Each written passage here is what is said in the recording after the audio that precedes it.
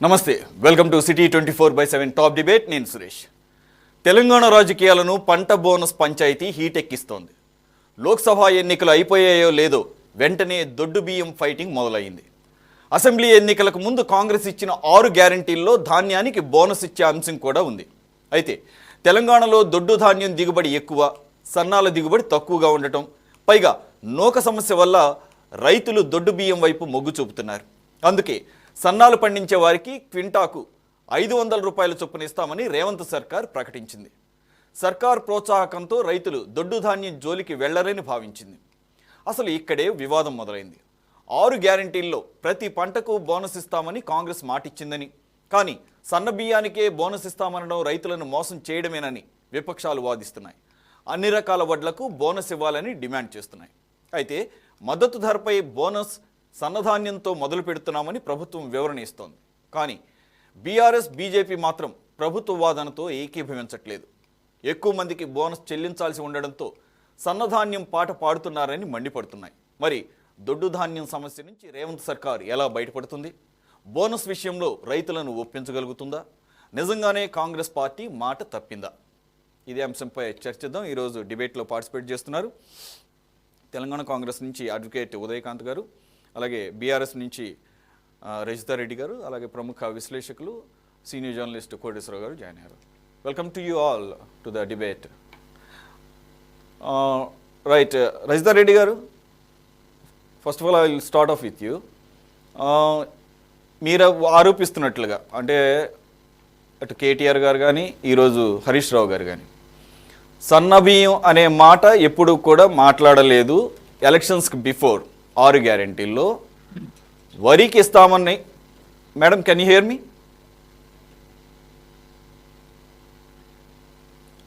రజితా రెడ్డి గారు,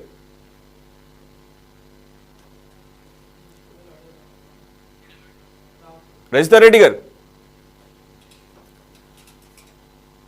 రజితా రెడ్డి గారు, are you okay? Can you hear me?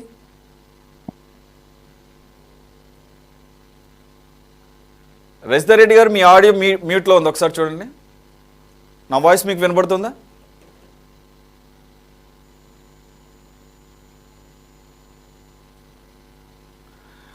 Right, okay. కొద్దిగా టెక్నికల్ ప్రాబ్లం ఉన్నట్టుంది. కోటేశ్వర గారు, రైట్, దీంట్లో కొద్ది మీ క్లారిటీ అవసరం సార్. ఎలక్షన్స్కి బిఫోర్ ఇచ్చినటువంటి 6 గ్యారంటీల్లో కాంగ్రెస్ హామీ ఇచ్చింది ధాన్యానికి బోనస్ ఇస్తామని చెప్పేసి, కానీ అది దొడ్డు ధాన్యమా లేదంటే సన్నధాన్యమా లేకపోతే సన్నబియ్యం అనే దాని మీద ఎక్కడా కూడా సన్నాలు అని చెప్పేసి చెప్పలేదు అనేది ప్రధానమైనటువంటి ఆరోపణ. 2 days బ్యాక్ జరిగినటువంటి with the permission of election commission జరిగినటువంటి, అంటే అది కూడా కండిషనల్ బేసిస్, కొన్ని అంశాల మీద జరగాలి అనేది ఎలక్షన్ కమిషన్ ఇచ్చినటువంటి కండిషన్స్ మీద జరిగినటువంటి క్యాబినెట్ భేటీలో ఈ సన్నబియ్యానికి సంబంధించిన బోనస్ ఇవ్వటం అనే దాంతో మొదలు పెడుతున్నాం అని చెప్పేసి చెప్పటం ఒక్కసారిగా అగ్గిరాజేసింది. మీరు అసలు ఆ విషయాన్నే స్పష్టంగా చెప్పలేదు. ప్రతి ధాన్యానికి కూడా 500 రూపాయలు బోనస్ ఇవ్వాల్సిందే అంటే, ఈరోజు తుమ్మల నాగేశ్వరరావు గారు అసలు మీకు బోనస్ అనే దానికి అసలు మీనింగే తెలీదు, బోనస్ అనే మాట ఎందుకు వచ్చింది, రైతులను దేశవ్యాప్తంగానే దొడ్డు ధాన్యం సమస్య ఎక్కువ ఉంది, కానీ ప్రజలందరూ కూడా సన్నబియ్యం తినడానికి ఇష్టం చూపుతున్నారు, దాంతోపాటుగా ప్రభుత్వ పథకాల్లో కూడా సన్నబియ్యాన్ని ఎక్కువగా వాడుతున్నాము. అది మధ్యాహ్న భోజన పథకం కావచ్చు, లేదంటే కనుక సంక్షేమ హాస్టల్స్లో కావచ్చు, అంగన్వాడీ కేంద్రాల్లో కానీ సన్నబియ్యమే వాడుతున్న పరిస్థితుల్లో డిమాండ్కి సప్లైకి చాలా డిఫరెన్స్ కనపడుతుంది, వేరియేషను. దాని నుంచి దొడ్డు బియ్యం యొక్క సాగును తగ్గించడానికి డిస్కరేజ్ చేసే దానిలో భాగంగా బోనస్ అన్న దాన్ని అనౌన్స్ చేయడం జరిగిందని చెప్పి తుమ్మలు అంటున్నారు. మరి అదే మాట మీరు ఎందుకని ఎలక్షన్స్కి బిఫోర్ స్పెసిఫిక్గా మెన్షన్ చేయలేదు? మీరు ఆల్రెడీ బాండ్ పేపర్ మీద కూడా రాసి ఇచ్చారు కదా అని చెప్పేసి ఈరోజు ప్రతిపక్షాలు అంటే, మరి అవి కూడా సమంజసంగానే కనపడుతుంది. What is your observation sir? ఇప్పుడు కాంగ్రెస్ పార్టీ ఏ ధాన్యానికి ఇస్తాము అనేటువంటి చర్చ చేయలేదు, మొత్తం ధాన్యానికి ఇస్తామని చెప్పేసి చెప్పింది. అందువలన ఇవాళ దొడ్డు ధాన్యాన్ని డిస్కరేజ్ చేస్తున్నాము, లేకపోతే సన్నధాన్యాన్ని ఎంకరేజ్ చేస్తున్నాము అని చెప్తున్నటువంటి వాళ్ళు, ఒకవేళ అదేగా ప్రాతిపదిక కనుక అయ్యేట్లయితే మేము దొడ్డు ధాన్యం కొనము అని చెప్పగలరా? వీళ్ళు చెప్పలేరు కదా. అందువలన ఇది తప్పించుకోవడానికి చెప్పేటువంటి మాట తప్ప మరొకటి కాదనేది నా అభిప్రాయం. ఎందుకంటే ఈ వాగ్దానం చేసేటప్పుడు ఈ విషయాల గురించి ఏమి చర్చించకుండా, లేకపోతే వాటి మంచి చెడ్ల గురించి చర్చించకుండా ఎలా చేశారు అనేటువంటి ప్రశ్న వస్తుంది కదా. అందుకని దీంతో మొదలు పెట్టాము అనే మాట దాని అర్థం ఏమిటి, మేము తర్వాత దొడ్డు ధాన్యానికి కూడా ఇస్తాము అనేటువంటి ఒక అర్థం, ఆశ కల్పిస్తున్నట్టుగా కనిపిస్తా ఉంది. ఒకవేళ అదే కనుక అయ్యేట్లయితే ప్రకటించండి రోడ్డు మ్యాప్. వచ్చే ఖరీఫ్ సీజన్ లో దొడ్డు ధాన్యానికి ఇస్తాము, రబీ సీజన్ లో సన్నధాన్యానికి ఇస్తాము, ఆ తర్వాత సీజన్ లో మేము దొడ్డు ధాన్యానికి ఇవ్వడం ప్రారంభిస్తామని చెప్పండి. స్పెసిఫిక్ గా ఉంటది, రైతులు కూడా అర్థం చేసుకుంటారు. లేదు 500 కాకపోతే అన్ని ధాన్యాలకు కలిపి 250 ఇస్తామని చెప్పండి, ఆర్థిక పరిస్థితి దృష్ట్యా అని చెప్పండి, మేము అన్ని ధాన్యానికి ఇస్తామని. అంతేగాని దొడ్డు ధాన్యాన్ని డిస్కరేజ్ చేయడానికి, సన్నధాన్యాన్ని ఎంకరేజ్ చేయడానికి ఇవన్నీ కూడా సాకులు తప్ప మరొకటి కాదనేది నా అభిప్రాయం. అది ముందే ఉండాలి. ఎందుకని వాగ్దానం చేసినటువంటి వాళ్ళు మాజీ మంత్రులు ఉన్నారు, ఎమ్మెల్యేలు ఎంపీలుగా పనిచేసిన వాళ్ళు ఉన్నారు. వీళ్ళందరికీ తెలియదా ఏ వాగ్దానం చేస్తే ఏం వస్తుందో? గతంలో బీఆర్ఎస్ చేసినటువంటి వాగ్దానాలని మీరు అన్ని మంచి చెడ్డలు చూసుకొని చెప్పొద్దా? దళిత బంధు ఇస్తా ఉన్నారు, ఇప్పుడు కొంతమందికే ఇస్తా ఉంటున్నారు, అది ముందే చెప్పాలి కదా. ఇట్లాంటివన్నీ కూడా వాదనలు చేశారు కదా కాంగ్రెస్ ప్రతినిధులు కానీ, బీజేపీ ప్రతినిధులు కానీ.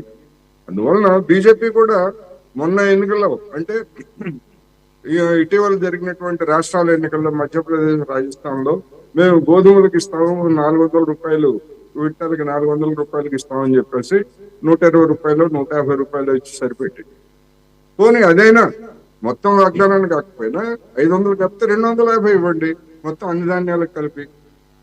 అంతేగాని ఎంతో నామమాత్రంగా ఉండేటువంటి దొడ్డు సన్నధాన్యానికి మేము 500 ఇస్తాం, 500 కాదు 1000 రూపాయలు ఇచ్చినా గొప్పగానే ఉంటది. పాయింట్ అది కాదు కదా. ఎంతమంది ఎక్కువ మంది రైతులకు ఇస్తున్నారా లేదా అనేటువంటి సమస్య. ఎక్కువ మంది రైతులు దొడ్డు ధాన్యం పండిస్తున్నారు. ఇక్కడ ఉన్నటువంటి వాతావరణ పరిస్థితులు, సాయిల్, వీటన్నిటిని చూసుకోండి. అందువలన ఏ విధంగా ఇస్తారనేటువంటిది అది ప్రభుత్వానికి అంశం, అమలు జరపాలనేది నా అభిప్రాయం.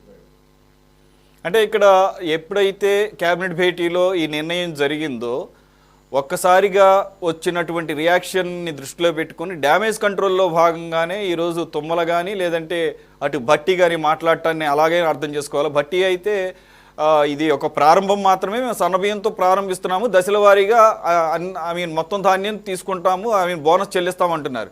ఇది కంటి తుడుపు చర్యగా మీరు అన్నట్లుగా ఒక డ్యామేజ్ కంట్రోల్లో భాగంగా మాట్లాడినట్టు అన్నారు, లేదంటే కానీ ఒక కన్విక్షన్తో మాట్లాడినట్లుగా భావించవచ్చు సార్? కేబినెట్ లో నిర్ణయం లేదా కేబినెట్ లో చర్చించక ముందే దీనికి సంబంధించి ప్రభుత్వము ఒక ఫీలర్ ని వదిలింది, సన్న బియ్యానికి మాత్రమే ఇస్తామని. ఆ ఫీలరు పత్రికల్లో వచ్చినప్పుడే వివిధ పార్టీలు, సంస్థలు వీళ్ళందరూ కూడా వెంటనే రియాక్ట్ అయ్యి అన్ని రకాలకు ఇవ్వాలని చెప్పేసి డిమాండ్ చేశాయి. అది బీఆర్ఎస్ కూడా డిమాండ్ చేసింది. ఆ రియాక్షన్ చూసిన తర్వాత దాన్ని సమర్థించుకోవడానికి కాంగ్రెస్ కార్యకర్తలకు కూడా ఇబ్బందికరమైనటువంటి పరిస్థితి గ్రామాల్లో. అందువలన దాన్ని సమర్థించుకోవడానికి వీల్లేక ఇప్పుడు మేము ఇది ప్రారంభం మాత్రమే, తర్వాత ఇస్తాం అనేటువంటిది మీరన్నట్టుగా నష్ట నివారణ చర్యలో భాగమే. ఆ నష్ట నివారణ చర్య కూడా నేనేమంటున్నానంటే ఒక రోడ్డు మ్యాప్ ప్రకటించండి. ఏ సీజన్ నుంచి ఏమి ఇస్తారు? ఇప్పుడు చూసాం మనం ఆంధ్రప్రదేశ్ లో జగన్మోహన్ రెడ్డి గారు పెంచినటువంటి పెన్షన్ ని ఏటా 250 రూపాయల చొప్పున ఎన్హాన్స్ చేస్తూ పెంచుతామని చెప్పాడు ఆయన. అది ముందే చెప్పాడు, ఆ విధంగా పెంచారు. అట్లాగే ఇక్కడ దొడ్డు బియ్యానికి ఇచ్చేటువంటి బోనస్ కూడా ఎప్పటి నుంచి ఎట్లా ఇస్తారనేటువంటిది చెప్పమనండి. ఒక హామీ ఉంటది జనానికి, రైతులకి. అది లేకుండా మేము ఇస్తాము అంటే ఎప్పుడు ఇస్తారు, ఎంత ఇస్తారు, ఎలా ఇస్తారనే ప్రశ్న సహజంగానే వస్తుంది కదా. అందుకని నా అభిప్రాయం ఎందుకు ఈ విధమైనటువంటి డ్యామేజ్ కంట్రోల్ ఎందుకు చేస్తున్నారంటే రాబోయేటువంటి స్థానిక సంస్థల్లో ఇది ఒక ప్రచారాస్త్రంగా ప్రతిపక్షాలకు ఉపయోగపడేటువంటి అవకాశం ఉంటుంది. కాంగ్రెస్ కూడా వాయిస్ లేకుండా చేస్తుంది. అందుకనే దాన్ని తప్పించుకోవడానికో లేకపోతే దాన్ని ఎదుర్కోవడానికి ఇదిగో మా వాళ్ళు చెప్పారు కదా తర్వాత ఇస్తా ఉన్నారని అని చెప్పి చెప్పుకోవడానికి కానీ ఈ విధమైనటువంటి మాటలు మాట్లాడుతున్నారనేది నా అభిప్రాయం. Okay, right. ఉదయకాంత్ గారు, కోటేశ్వర గారు చెప్పిన దాంతో పాటుగా కేటీఆర్ గారు ఒక ట్వీట్ చేశారు. రైతు ఇచ్చిన రాజ్యం ఎప్పుడు నిలబడదు, ఆ రైతులే ఈ ప్రభుత్వాన్ని బొందబెడతారు, రైతును మోసం చేశారు అని చెప్పేసి చాలా ఘాటుగా ట్వీట్ చేయడం జరిగింది. ఈరోజు హరీష్ రావు గారు కూడా స్పెసిఫిక్గా ప్రస్తుతం అదే హాట్ టాపిక్ కాబట్టి మీరు ఇదే మాటని ఎలక్షన్స్ బిఫోర్ చెప్పి ఉండాలి. ఎప్పుడైతే ఎలక్షన్స్ అయిపోయి ఈవీఎంలో ఓట్లు సీల్ పడిందో ఆ తర్వాత మీరు మాట మార్చడం స్టార్ట్ చేశారు. ఇక మీరు ఇచ్చినటువంటి బాండ్ పేపర్కి విలువే ఉంది. సెంట్రల్గా సోనియా గాంధీ ఇచ్చినటువంటి హామీ ద్వారా అని చెప్పేసి మీరు ఏదైతే రాష్ట్రాన్ని సాకారం చేసిందో, ఎవరైతే రాష్ట్రాన్ని ఇచ్చారో ఆవిడ ఇచ్చినటువంటి భరోసా ఇది అని చెప్పేసి దాన్ని నమ్మి ప్రజలు ఓట్లు వేశారు. ఇది ప్రజలను మోసం చేస్తున్నారని చెప్పేసి అనేదాన్ని మీరేం చెప్తారు? దయ్యాలు వేదాలు వర్ణించినట్టే ఇదే కేటీఆర్ మాట్లాడిన మాటలు మనం గుర్తు చేసుకోవాలి. రైతులను మోసం చేసేసి అధికారం మేము కోల్పోతామనేసి అంటే, మరి వాళ్ళు ఇదివరకు అధికారం కోల్పోయినంటే వాళ్ళు కూడా రైతులను మోసం చేసినట్టే కదా. రైతులని మోసం చేసింది కాక తెలంగాణ పూర్తి ప్రజానీకాన్ని కూడా వాళ్ళు మోసం చేసినారు. పూర్తి ప్రజానీకాన్ని మోసం చేసినందుకే వాళ్ళు ఈ రోజు ఫలితం అనుభవిస్తా ఉన్నారు. మాయా మాటలు చెప్పి కలుబులు కబుర్లు చెప్పేసి ఈ రోజు ప్రజల్ని తప్పుదోవ పట్టిస్తా ఉన్నారు, రైతులు తప్పుదోవ పట్టిస్తా ఉన్నారు. ఇచ్చిన మాట ఎప్పుడు కూడా వెనక్కి తీసుకోలేదు. ఏదైతే వరిధాన్యం మీద గిట్టుబాటు ధర ఇస్తా ఉన్నామో దానికి మాట కట్టుబడి ఉంటాము. ఏదైతే వరి కొంటా ఉన్నామో ఖచ్చితంగా కొంటారు. అండ్ బోనస్ 500 రూపీస్ బోనస్ ఏదైతే ఉన్నదో అవి కూడా ఇస్తా అని చెప్పేసి ఈ రోజు మనం మాట్లాడడం జరిగింది. మాట్లాడే మాటలలో వాళ్ళు వక్రీకరించుకొని తెలంగాణ ప్రజానికానికి తప్పుడు మాటలు, తప్పుడు సంకేతాన్ని పంపిస్తా ఉన్నారు. ఏదైనా ఎన్నికలకు కట్టుబడి కేవలం ఏదో లోకల్ బాడీ ఎన్నికలకు మేము ఈ రోజు వ్యూహం రచిస్తున్నది కాదు. పాసిబిలిటీస్ ఏవైతే ఉన్నాయో ఇప్పుడు సన్న బియ్యానికి ఖచ్చితంగా మద్దతు ధర ఇస్తున్నాం అని చెప్పేసి అన్నాము, ముమ్మాటికి అది అందజేస్తాము. ఎక్కడ కూడా మాట తప్పలేదు. అదొకసారి మీరు ఆత్మ పరిశోధన చేసుకోవాల్సిన అవసరం ఉన్నది. ఇచ్చిన మాటకు ముమ్మాటికి కట్టుబడి ఉండేసి దఫాల వారీగా ఏదైతే స్కీమ్స్ ఇంట్రడ్యూస్ చేసినామో అవన్నీ కూడా తెలంగాణ ప్రజలకి, తెలంగాణ ప్రజానీకానికి చేరదీసే విధంగా ఈ రోజు కాంగ్రెస్ పార్టీ కృషి చేస్తుంది. దాంట్లో ఏమాత్రం సందేహం లేదు. ఇకపోతే అంటే ఇక్కడ కొన్ని ఎగ్జాంపుల్స్ కోట్ చేయడం జరుగుతుంది. ఇమ్మీడియట్గా ఇస్తానటువంటి 9వ తారీఖు ఇస్తానటువంటి పంట నష్టపరిహారం కానీ, లేదంటే కనుక రైతు భరోసా కానీ, వీటన్నిటిని కోట్ చేస్తున్నారు. అంటే మాట తప్పే అవకాశం ఉన్న వాటిలో ఇది కూడా చేరబోతుంది అనేది మీ మీద ఉన్నటువంటి ప్రధానమైనటువంటి విమర్శ. మాట తప్పడాన్ని గురించి అని చెప్పి ఈ రోజు కేటీఆర్, కేసీఆర్, హరీష్ రావు మాట్లాడుతున్నారంటే దాని గురించి ఈ రోజు డిస్కషన్ పాయింట్ వచ్చిందంటే ఈ రోజు మనం తలదించుకోవాల్సిన పరిస్థితి ఏర్పడ్డది. మాట తప్పింది ఎవరు? తెలంగాణ రాష్ట్రం ఏర్పడిన తర్వాత కాంగ్రెస్ పార్టీని విలీనం చేస్తున్నది ఎవరు? దళిత ముఖ్యమంత్రి అని చెప్పింది ఎవరు? లేకపోతే డబుల్ బెడ్రూమ్ ఇల్లు చెప్పింది ఎవరు? దళిత బంధు చెప్పింది ఎవరు? ఇన్ని మాటలు తప్పిన ఈ రోజు కేసీఆర్ అండ్ బీఆర్ఎస్ కేటీఆర్ మాట్లాడుతా ఉన్నారంటే ఇంకా ఇది మనము ఎట్లా నవ్వుకోవాలనేది అర్థమైతలేదు నాకు. ఒకసారి ఆలోచించుకోవాలి. గతాన్ని మర్చిపోయినట్టున్నారు. నేను ఇంకోటండి, ఇప్పుడు తెలంగాణ రాష్ట్రంలో కాంగ్రెస్ పార్టీ అధికారంలోకి వచ్చి ఎన్ని రోజులు అయిందని చెప్పేసి ఈ రోజు మాట తప్పిందని చెప్పి చెప్పుకొస్తున్నారు. ఇచ్చిన 6 వాగ్దానాలలో సాధ్యమైనంత వరకు ఖచ్చితంగా పూర్తి అన్ని స్థాయిలో కూడా 1 by 1 ఫేజ్ వైజ్ ఏదైతే ప్రామిస్ చేశారో అవన్నీ కూడా ఇంప్లిమెంట్ చేసుకుంటాం. ఎగ్జాక్ట్లీ. ఉదయకాంత్ గారు మనకి తెలిసింది. ఉదయకాంత్ గారు, మీరు ఈ ఎక్సెప్షన్ ని రైజ్ చేస్తే ఓకే, మేము వచ్చి అన్నాళ్ళు అయింది, ఒక హార్డ్లీ ఒక 120 days, ఈ మోడల్ కోడ్ ఆఫ్ కాండక్ట్ పక్కన పెడితే అటువంటి ఎక్స్క్యూజెస్ని అట్లీస్ట్ వినడానికి బాగుంటుంది. కానీ దానికి ముందు మీరు చేసిన ఆరోపణలు ఉన్నాయి చూసారా, పార్టీని విలీనం చేయడం అనేది ప్రజల పంచాయతీ కాదు. అది మీ పార్టీల యొక్క పంచాయతీ. ఎవరెవరిని మోసం చేశారనేది మీరు తేల్చుకోవాల్సిన. రెండో పాయింట్, దళిత ముఖ్యమంత్రి, అది కూడా ఆయన మాట తప్పాడు కాదంటలా, అది ప్రజలకు సంబంధించిందే. కానీ అదే ప్రజలు దాన్ని యాక్సెప్ట్ చేస్తూ 2019లో మరోసారి బీఆర్ఎస్ని ఎన్నుకున్నారు, అది కూడా అత్యధిక మెజారిటీతో.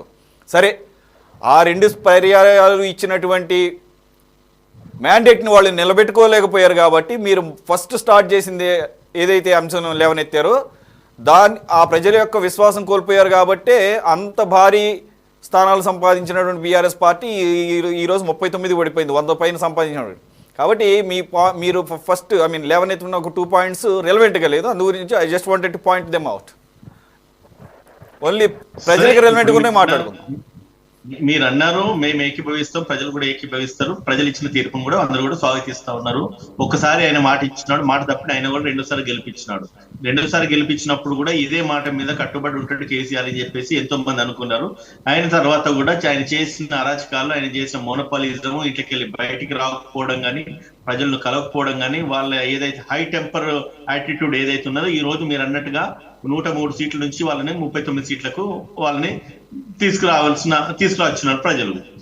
నేను ఒకటండి, మీకు ఈ రోజు వచ్చిన అంశం మెయిన్ ఏంటంటే, ఏవైతే ధాన్యాలు కొంటున్నామో కాంగ్రెస్ పార్టీ ప్రభుత్వం మాట ఇచ్చింది, ముమ్మాటికి నిన్న మొన్న కేబినెట్ లో కూడా నిర్ణయం తీసుకున్నారు. బట్టి విక్రమార్క గారు మాట్లాడిన మాటలన్నీ కూడా మనం ఒకసారి రివైజ్ చేసి ఒకసారి చూసుకుంటా, ఎక్కడ కూడా అచ్చు తప్పు లేకుండా కూడా ప్రజల సంక్షేమం వైపు ఖచ్చితంగా దృష్టి సాధిస్తుంది, రైతు సంక్షేమం వైపు కాంగ్రెస్ పార్టీ దృష్టి సాధిస్తుంది, అందులో ఏమాత్రం డౌట్ లేదు. కానీ విపక్షాలు మాట్లాడాలి కాబట్టి, దుమ్మెత్తిపోయడం వాళ్ళ ఒక నైజం కాబట్టి ఏ పార్టీ అయినా కూడా అది చేస్తారు. కానీ ప్రజల శ్రేయస్సు గురించి అని చెప్పి ఈ రోజు వాళ్ళు మాట్లాడము, మేము మాట తప్పుతామని చెప్పే చట్టాన్ని గుర్తు చేస్తూ నేను చెప్తున్నాను ఏంటంటే, మాట తప్పే నైజము కాంగ్రెస్ పార్టీది కాదు, ముమ్మాటికి బీజేపీ పార్టీ, బీఆర్ఎస్ పార్టీది, టీఆర్ఎస్ పార్టీది. కాబట్టి ప్రజలు మ్యాండేట్ ఇచ్చినారు, ఆ మ్యాండేట్ ని యాక్సెప్ట్ చేసేసి సమన్వయం పాటించండి. ఖచ్చితంగా ముమ్మాటికి కాంగ్రెస్ పార్టీ వాగ్దానాలన్నీ కూడా 100% నిర్వర్తిస్తుంది. వీళ్ళు ఏంటంటే ఓర్చుకోలేని కళ్ళంటే ఇవన్నీ కూడా ఏదైతే వాగ్దానాలు చేసినానో ఈ రోజు పబ్లిక్ బెనిఫిట్ పొందుతున్నారు. రేపు మీరు అన్నట్టుగా ఒక లోకల్ బాడీ ఎన్నికలలో కనుక ఇంపాక్ట్ పడుతుందా? రేపు బీఆర్ఎస్ పార్టీ పూర్తి మనగడ తెలంగాణ రాష్ట్రంలో కోల్పోతుందా? రేపు రానున్న పార్లమెంట్ ఎలక్షన్ రిజల్ట్ బేస్ చేసుకొని ఒక్కసారి చూస్తే ఆటోమేటిక్ గా వాళ్ళకి అర్థమవుతుంది, ఇంకా బీఆర్ఎస్ ఉంటుందా లేదంటే దుకాణం బంద్ చేసుకొని ఇంట్లో కూర్చుంటుందా. వాళ్ళ పార్టీ ఎమ్మెల్యేలు అందరూ కూడా ఇవాళ బయటకు వస్తా ఉంటారు, ఎందుకంటే కేసీఆర్ మీద పూర్తిగా విశ్వాసం కోల్పోయిండ్రు. ప్రతిపక్షాలు ఉన్నారు కాబట్టి మాట్లాడేది కూడా ఎవరు మాట్లాడతారు? లేదంటే తెలంగాణలో ఆల్రెడీ అసెంబ్లీ ఎన్నికలు అయిపోయినాయి, మీకు మ్యాండేట్ ఇచ్చారు. పార్లమెంట్ ఎన్నికలు మీకు బీఆర్ఎస్ కు మధ్యలో ఉన్నటువంటి పంచాయతీకి ఒక ప్లెబిసైట్ లేకపోతే ప్రజల యొక్క మనోభావాలు అక్కడ స్పష్టీకరిస్తాయి అని చెప్పేసి అంటే అంత రెలవెన్స్ కాదేమో. ఎందుకంటే ఈ లోక్సభ ఎన్నికలు బీఆర్ఎస్ పాత్ర రాజకీయ పరంగా కొంత పరిమితంగా ఉండే అవకాశం ఉంది. అలాగని చెప్పేసి మీకు స్థానాలు ఎక్కువ వస్తే కనుక మిమ్మల్ని పూర్తిగా ప్రజలు ఆశీర్వదించారు, లేకపోతే ఈ 100 రోజుల పాలనకి బ్రహ్మరథం పట్టారు అనుకుంటే అది మళ్ళీ మీ ఆత్మవిశ్వాసాన్ని అది దాన్ని ఏమంటారు, పరిమితికి మించి ఆత్మవిశ్వాసం అవుతుందేమో. ఒకసారి మీరు జాగ్రత్త పడాలి ముందే. Right, I will come back to again. Rajitha Reddy గారు, ఇక్కడ కాంగ్రెస్ ప్రతినిధి మాట్లాడారు, అలాగే కోటేశ్వర గారు మాట్లాడారు. మీ హరీష్ రావు గారు, అలాగే మీ పార్టీకి సంబంధించినటువంటి మాజీ మంత్రి, అలాగే కేటీఆర్ గారు నిన్న చేసినటువంటి ట్వీట్ కానీ, ఇదంతా కూడా రైతు ఏడ్చిన రాజ్యం ఎప్పుడు బాగుపడదు, వాళ్ళే తొంగలో తొక్కుతారని చెప్పేసి అంటున్నారు. మీరేమో అక్కడ కాంగ్రెస్ అంటుంది ఏంటంటే, ఎందుకంత తొందరపడుతున్నారు, మేము ఇప్పుడే కదా ప్రాసెస్ స్టార్ట్ చేశాము, సన్న బియ్యంతో మొదలు పెట్టుకుని దశల వారీగా మేము దొడ్డు బియ్యం మొత్తం కూడా కొంటామంటున్నారు. మీకు ఎందుకని అంత ఈ లోపలనే అంత అనుమానం? లేదంటే కానీ ఇది పూర్తి రాజకీయపరమైన ఆరోపణలా? అంటే ఒక్కటండి, ఇక్కడ వాళ్ళు అలవి కాని హామీలు, అధికారం కోసం హామీల పేరుతో మోసం చేసి దగా చేసి ఇవాళ కాలయాపనలో రైతు భరోసాకు ఎగనామం పెట్టేసిండ్రు. ఇప్పటికే రబీ సీజన్ లో పాత పద్ధతి ప్రకారమే రైతు బంధిస్తున్నారు. అంటే వాళ్ళు ఇచ్చిన హామీలన్నీ తుంగలో దొక్కిరు కాబట్టి ఈ అనుమానం వ్యక్తం చేస్తున్నాం. ఇవాళ చూడండి, రైతు భరోసాపై 15,000 ఇంకా ఎటు తేల్చుకోలేదు ప్రభుత్వం ఇంతవరకు కూడా. విధి విధానాల ఖరారు పేరుతో ఇంకా కాలయాపనే చేస్తుందండి. మరి 6 గ్యారంటీలు కూడా సేమ్ ఇట్లనే చేస్తారని ఒక డౌట్ అయితే ప్రజలకు ఉంటుందా లేదా మీరు చెప్పండి. 6 గ్యారంటీల మీద కూడా ఇలాగే ఎగనామం పెడతారేమో అని బీఆర్ఎస్ ప్రశ్నిస్తుంది. వల్ల 10 ఏళ్లు కనిపించని కరెంటు కోతలు ఇలా కనిపిస్తున్నాయంటే మరి కాంగ్రెస్ ప్రభుత్వంలో ప్రజలు ఇన్ని గోసలు చూస్తున్నారు. ఇప్పుడే వచ్చే 5 నెలల్లోనే విద్యుత్ సబ్ స్టేషన్ల ముట్టడి కూడా స్టార్ట్ అయిపోయింది. కాలిన మోటార్లు చూస్తున్నాం, పేలిన ట్రాన్స్ఫార్మర్లను చూస్తున్నాం. మరి ఇన్నాళ్లకు ఇన్వర్టర్లు అంటే జనరేటర్లను చూస్తున్నాం. ఇన్ని రోజులకు 10 ఏళ్ల తర్వాత ఇవాళ మళ్ళా ఆ బిజినెస్ స్టార్ట్ అయిందండి. సాగునీరు లేక ఎండిన పంట పొలాలను చూస్తున్నాం. ఇన్నేళ్ల తర్వాత ట్రాక్టర్లు ఉండాల్సిన పొలంలో ఇవాళ ట్యాంకర్లు కనిపిస్తున్నాయి. చుక్క నీరు లేక బోసిపోయిన చెరువులను చూస్తున్నాం 10 ఏళ్ల తర్వాత. పాత అప్పు కట్టాలని బ్యాంకులు రైతులను ఒత్తిడి చేస్తుంటే ఇలా రైతులు ఆత్మహత్య చేసుకుంటున్నారంటే ఇది ఎవరి పాపం అండి? కాంగ్రెస్ పాపం కాదా? ఇవాళ రైతు బంధు కోసం నెలల పాటు పడిగాపులు కాయాలా? నువ్వు పంటలేసే టైంకి రైతు బంధు ఇయ్యవా? నువ్వు చాలా లేటుగా ఇంత అప్పులు చేసి అప్పుల కోసం బ్యాంకర్లు రైతుల ఇళ్ల మీద పడితే రైతు ఆత్మహత్యలు అంటే 5 నెలల్లోనే దాదాపు కొన్ని వందల ఆత్మహత్యలు చూసినాం. అంటే 5 ఏళ్లలో ఇంకెన్ని ఘోరాలు చూడాలి? 10 ఏళ్ల తర్వాత అన్నదాతల ఆత్మహత్యలు చూస్తున్నాం. ఇది ఎంత బాధాకరం అండి! ఇది రాష్ట్రానికి మంచిదా? మళ్ళా రాష్ట్రంలో విత్తనాల కోసం రైతులు బారులు తీస్తున్నారు. క్యూ లైన్ లో పాస్బుక్లు కనిపిస్తున్నాయి ఇన్నేళ్ల తర్వాత. అంటే చూడండి, కాంగ్రెస్ తప్పులు ఆగుతలేవు, అన్నదాతల తిప్పలు కూడా తప్పుతలేవు అనేది వాస్తవం కాదా? ఈ వైఫల్యం చెందిన కాంగ్రెస్ పాలనలో ఇలాంటి విషాద దృశ్యాలు ఇంకా 5 ఏళ్లలో ఎన్ని చూడాలనేది ప్రజల క్వశ్చన్ అండి. ఇది వట్టిగానే ఏదో మాటలు మాట్లాడి ఏదో ఎన్నికల ముందు అలవి గాని హామీలు ఇచ్చి ఏదో చేస్తామని వచ్చి ఇయ్యాల ఖాళీ కుండలు ఉన్నాయి, మేము ఇంకా ఏవో నిల్వలు ఉన్నాయి, మేము ఏదో ఈ లంకె బిందెలు ఉన్నాయని మాట్లాడడం కూడా ప్రజలకు ఒక ప్రశ్నార్థకంగా మిగిలిపోతున్నాడు ముఖ్యమంత్రి గారు. ఇలా తెలంగాణ కాంగ్రెస్ 1000 కోట్ల స్కామ్ చేసిందని మరి పేపర్లలో చూస్తున్నాం. ధాన్యం కొనుగోలు, సన్నబియ్యం టెండర్లలో భారీ అవినీతి జరిగిందని చెప్పేసి మనం పేపర్లో చూస్తున్నాం. మరి దీని మీద కూడా కాంగ్రెస్ పార్టీ ప్రతినిధులు సమాధానం చెప్పాలి. బహిరంగ మార్కెట్ల కిలో సన్న బియ్యం 42 రూపాయలు నడుస్తున్నాయి. మరి 57 రూపాయలకు పెంచి టెండర్లు ఖరారు చేసిందట కాంగ్రెస్ ప్రభుత్వం. మరి దీని ఆంతర్యం ఏందనేది ప్రజలకు చెప్పాల్సిన బాధ్యత వాళ్ళకుంది. ప్రభుత్వం ఏర్పడగానే 35 లక్షల టన్నుల వడ్లను ఇష్టానుసారంగా అమ్మడం మీద కూడా ఇలా కాంగ్రెస్ పార్టీ ప్రతినిధులు ప్రజలకు సమాధానం చెప్పాలి. నిన్న మొన్నటి వరకు కాలు మీద కాలేసుకొని కూర్చున్న దర్జాగా బ్రతికిన కార్మికులు, కర్షకులు వీళ్ళంతా ఇవాళ ఎంత కన్నీళ్ళ కాంగ్రెస్ పేరిట ఎన్ని కష్టాలు పడుతున్నారు, ఎన్ని ఇబ్బందులు పాలవుతున్నారు అనేది కాంగ్రెస్ పార్టీ ప్రతినిధులు గమనించాలి. బోనస్ ను బొంద పెట్టిరు. ఇలా కేవలం సన్న బియ్యంకి బోనస్ ఇస్తా అంటున్నాడు. మరి మిగతా అంటే వరేస్తే ఊరి అన్నట్టు చేస్తున్నారు వీళ్ళు ఇండైరెక్ట్ గా. ఎన్నికల్లో వరి పండించిన ప్రతి ఒక్కరికి 500 బోనస్ అని చెప్పేసి ఇవాళ కేవలం సన్న బియ్యం వరకే పరిమితి చేయడం ఏంటనేది ఇవాళ మీరు ప్రజలకు సమాధానం చెప్పాల్సిన అవసరం ఉంది. మరి రైతులను ఇంకా ఎన్నిసార్లు దగా చేస్తారు?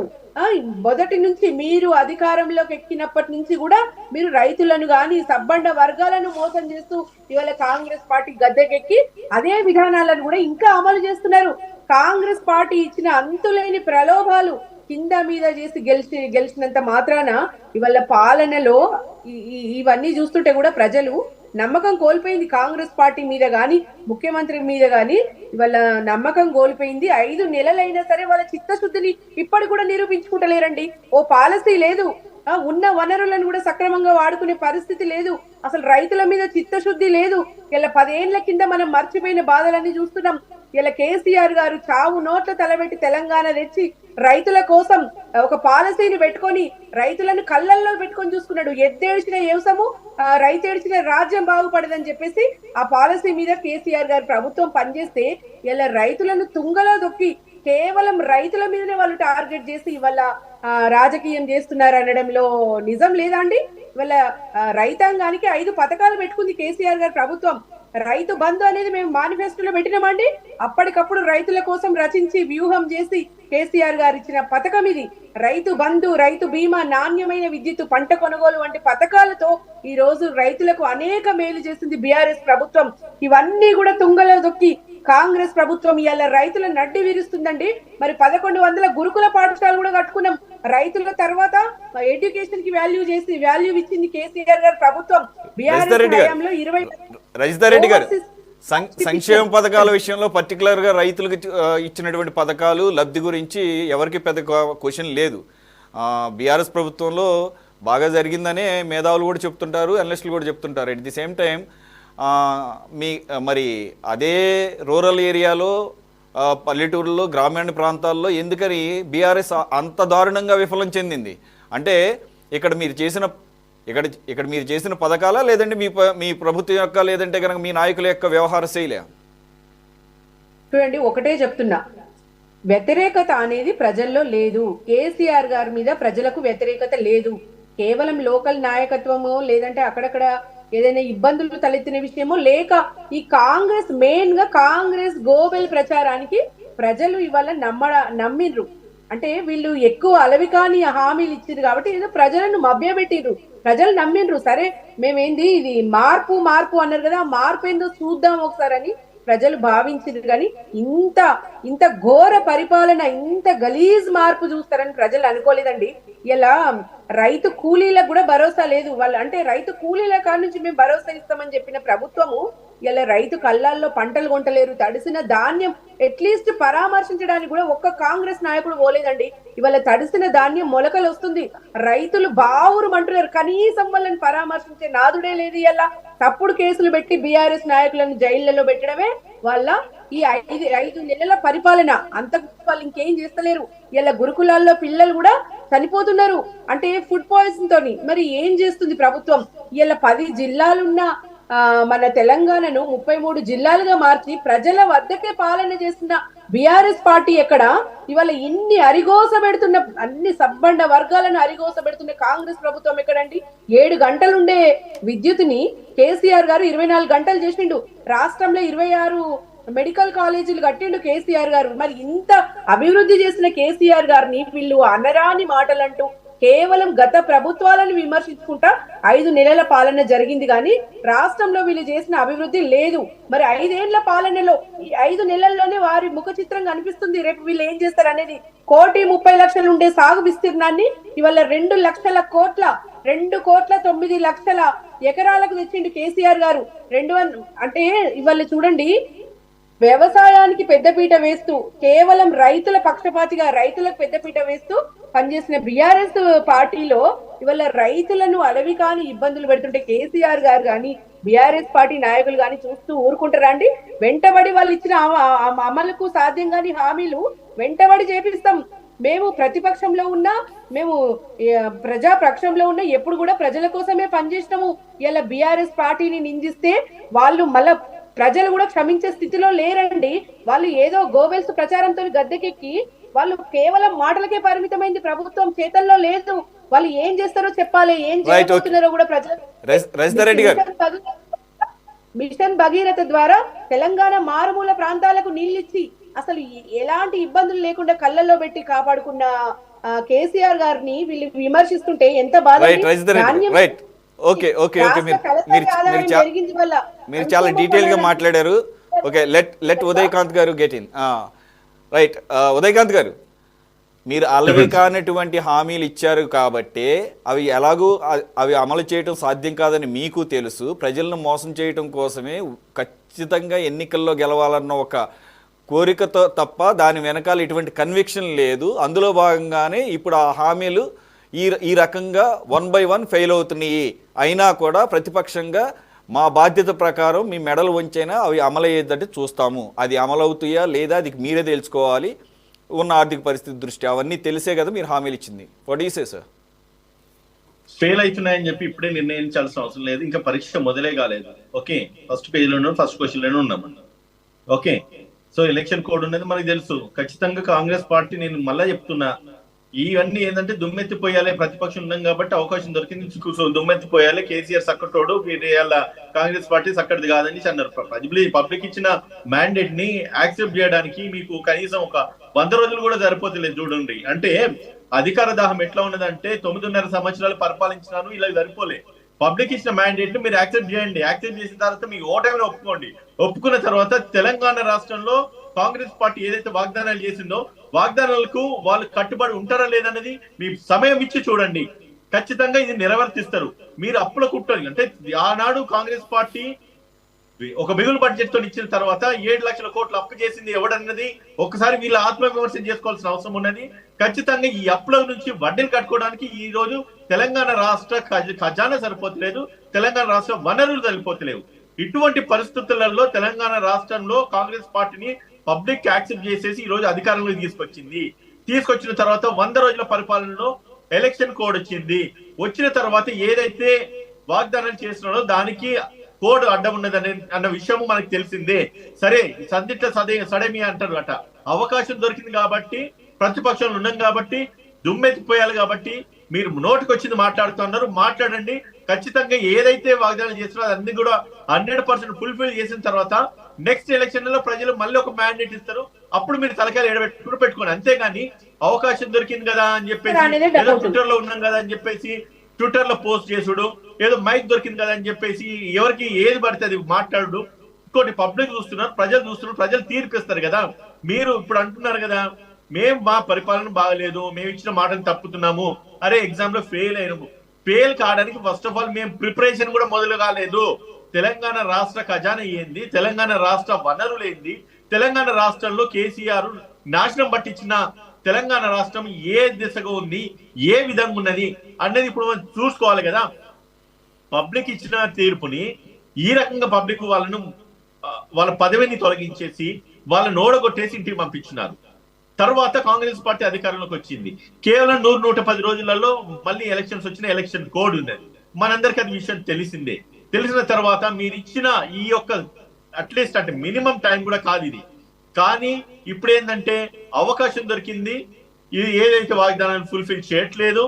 అండ్ మాట్లాడాలి కాబట్టి మాట్లాడడమే తప్ప సమన్వయం పాటించాల్సిన అవసరం లేదు.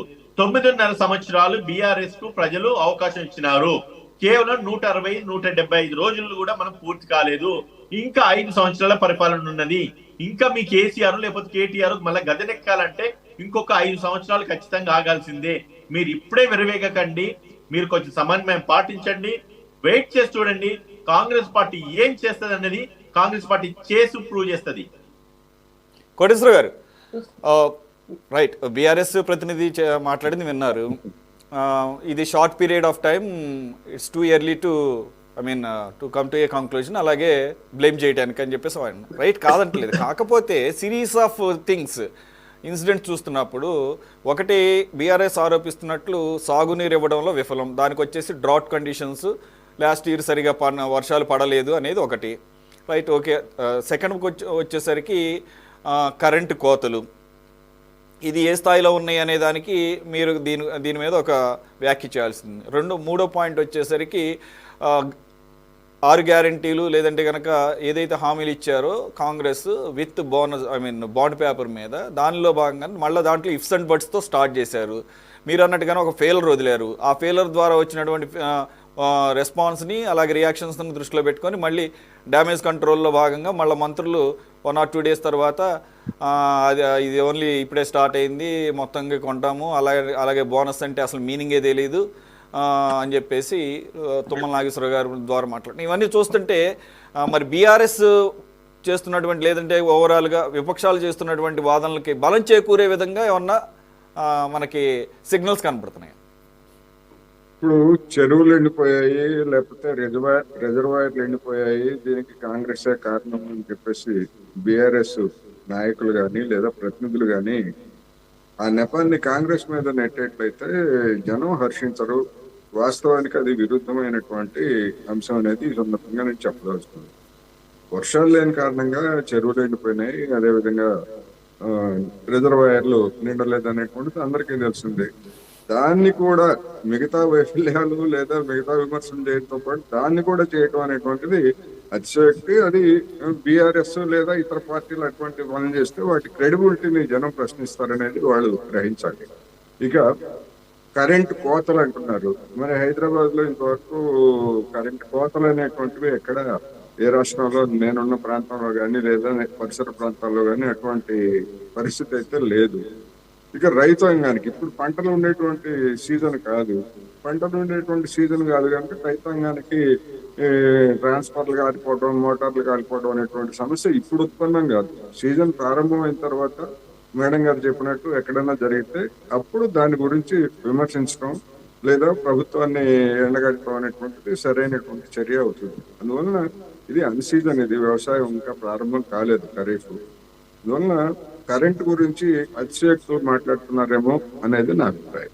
ఇక మిగిలినటువంటి అంశాలకు వచ్చేసరికి మన కాంగ్రెస్ ప్రతినిధి అవకాశం దొరికింది కదా మాట్లాడుతున్నారన్నారు. ఎవరిమ్మన్నారు అవకాశం? గతంలో మీకు బీఆర్ఎస్ 10 ఏళ్ల పాటు అవకాశం ఇవ్వబట్టే కదా కాంగ్రెస్ పార్టీ కానీ బీజేపీ కానీ ఇతర పార్టీలు కానీ మాట్లాడింది. వాళ్ళు అవకాశం ఇచ్చారు కనుక మీరు ఆ అవకాశాన్ని వినియోగించుకున్నారు, జనాన్ని కన్విన్స్ చేశారు, మీకు అనుకూలమైనటువంటి మ్యాండేట్ ని తెచ్చుకున్నారు. అదేం తప్పేం కాదు. ప్రజాస్వామిక వ్యవస్థలో పాలకులు వైఫల్యం చెందటం అంటే ప్రతిపక్షానికి అవకాశం ఇవ్వడమే. అటువంటి అవకాశాన్ని మీరెందుకు ఇవ్వాలనేది నా ప్రశ్న. అందుకని మీరు ఒకవైపు అటువంటి అవకాశాన్ని ఇస్తూ అవకాశం దొరికింది కదా అని విమర్శిస్తున్నారని ఎదుటి వాళ్ళని అంటే ఉపయోగం ఉంది. మీరు చేసిన పని అదే కదా. గడిచినటువంటి 10 సంవత్సరాలు తెలంగాణలో కానీ లేదా దేశంలో ఇతర ప్రాంతాల్లో కానీ ప్రతిపక్షంగా. అందుకని దాన్ని ఆ విధంగా మనం తప్పించుకో చూస్తే లాభం లేదు. ఇక్కడ తేలాల్సినటువంటి అంశాలు అనేకం ఉన్నాయి. అనేక సందర్భాల్లో నా అభిప్రాయం నేను స్పష్టంగా చెప్పాను. ఇప్పుడు ఈ రేవంత్ రెడ్డి గారి సర్కారు ప్రాధాన్యతలు దేనికి ఇస్తుంది, చేసినటువంటి వాగ్దానాలని అమలు జరపడానికి రోడ్డు మ్యాప్ ఎట్లా ఇస్తుంది అనేటువంటిది జనం ఎదురు చూస్తున్నారు. ఇంకా ఇంకా అసంతృప్తి తలెత్తిందనో లేదా వ్యతిరేకత తలెత్తిందనేటువంటి అభిప్రాయంతో నేనైతే లేదు. కానీ జనం అయితే ఎదురు చూస్తున్నారు. మహిళల్ని ఏ విధంగా లబ్ధిదారులని మహిళల్ని ఎట్లా ఎంపిక చేస్తారు, అదే విధంగా కొత్త రేషన్ కార్డులని ఎట్లా ఇస్తారు, ఇలాంటి అనేకమైనటువంటి సమస్యలు ఉన్నాయి.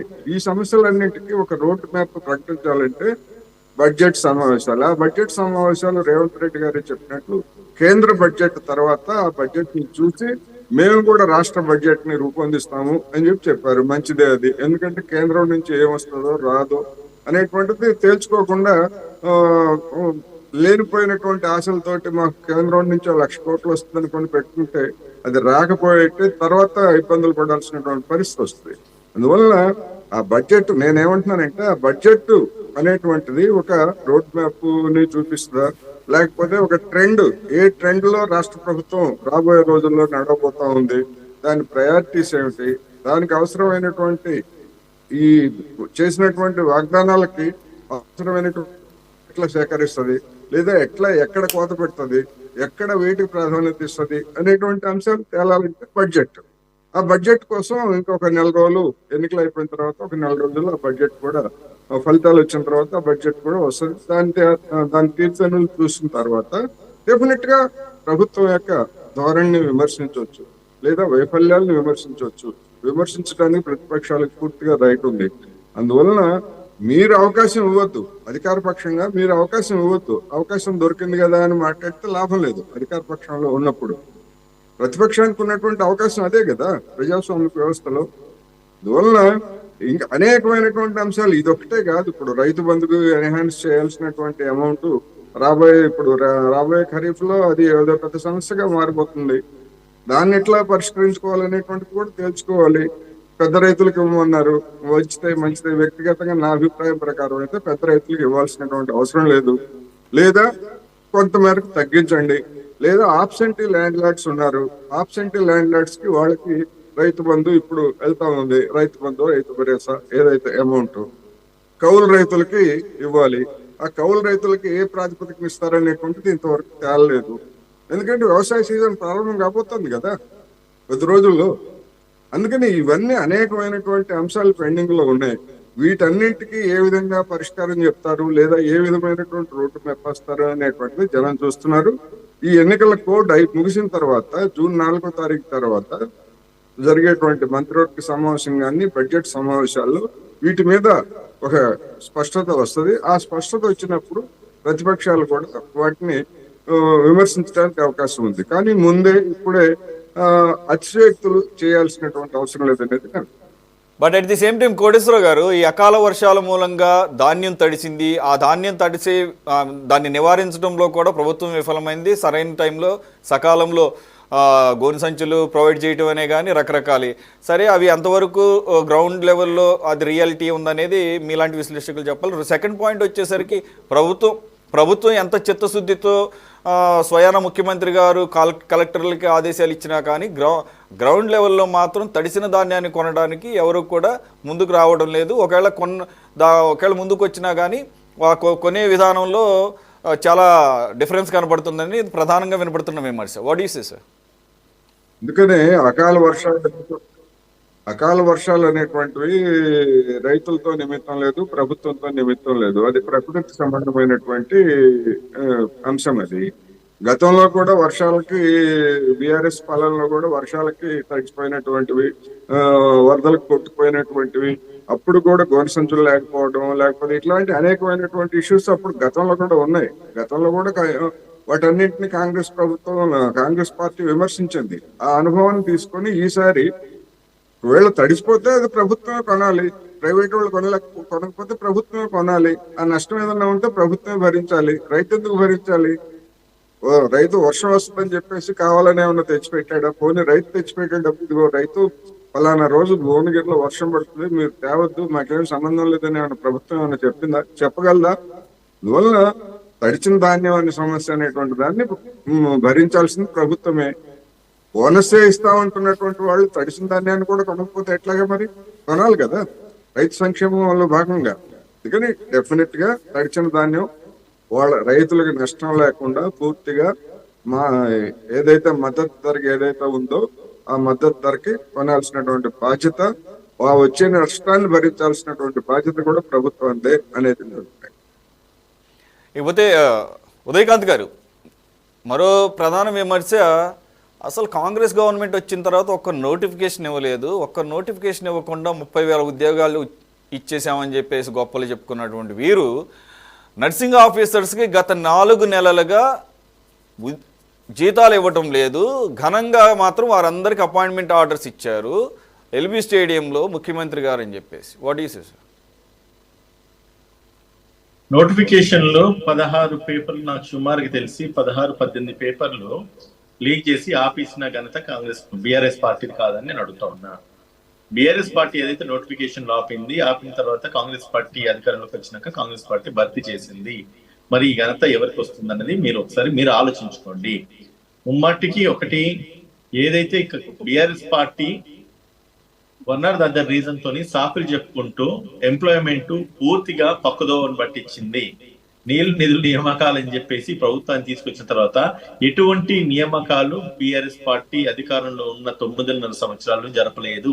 జరిపిన అరాకొర నియామకాలకు ఏవైతే నోటిఫికేషన్స్ ఇష్యూ చేసినారో అవన్నిటిని కూడా పేపర్ లీకుల చేసుకుంటూ టైం డ్రాగ్ చేయడం జరిగింది.